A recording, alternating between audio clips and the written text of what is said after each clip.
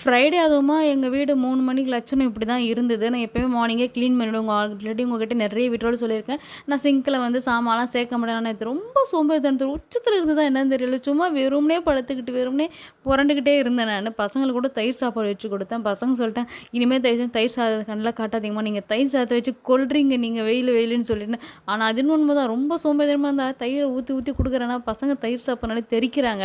சரி பாவமாயிடுச்சு. சரி இதுக்கு மேல கொஞ்ச நாள் நிறுத்தி வைப்போம். ஒரு வாரத்துக்காவது அப்படின்ற மாரி தான் மனசாட்சி கேள்வி கேட்டுச்சு. சரி 3 மணி ஆயிடுச்சு. சரி இதுக்கு மேல இருந்தா நம்மலாம் மனுஷ ஜென்மத்தில சேர்த்துக்க கிடையாது. போய் கழுவுன்னு சொல்லிட்டு கிச்சன்ல போயிட்டு ஃபர்ஸ்ட்டு வேலையா சாமான கட கட கட கடன்னு கழுவி எடுத்துட்டேன். நான் ஆல்ரெடி சொன்ன மாரி தான் கை வைக்க மாட்டேன். கை வச்சா முடிக்காம விட மாட்டேன். அது மாரி தான். கடகடன்னு முடிச்சுட்டு அந்த வாஷ் பேஷன்லேருந்து எல்லாமே கழுவி எடுத்துட்டேன். எல்லாமே நீட்டா கழுவி எடுத்துட்டு வீட்டெல்லாம் பெருக்கி வீட்டெல்லாம் தொடச்சு எடுத்துட்டேன். இந்த புள்ள குட்டிங்களுக்கெல்லாம் வேற மதியானத்தில ஸ்கூல் விட்டு தொலைக்கிறாங்களா, இன்னும் சோம்பேறித்தனமா ஆவுது. நானும் அதுங்க கூட சேர்ந்து காலைல தூங்குறேன்.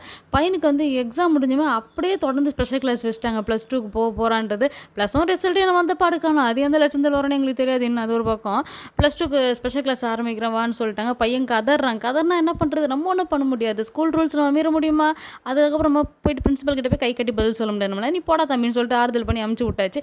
இப்போ போப்பா காலேஜ் போய் பார்த்துக்கலான்றது. காலேஜ் போய் அதே டயலாக் வச்சிருக்கோம் நம்ம பேசுறதுக்கு ஒண்ணும் பிரச்சனை கிடையாது அதெல்லாம் ஒன்றும்.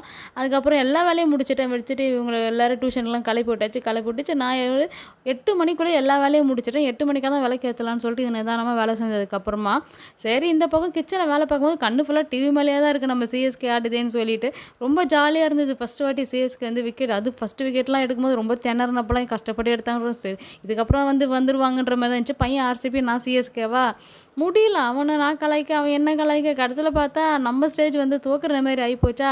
ஐயோ இங்கேருந்து நம்ம கலாய்ச்ச தள்ளுறவான்ட்டு போ ஓடி போய் பெட்ஷீட் போட்டு படுப்போ அப்படின்ட்டு ஓடின்ட்டு. இன்றைக்கான வீடியோ வீடியோ என்ன பார்ப்போம். பாய்.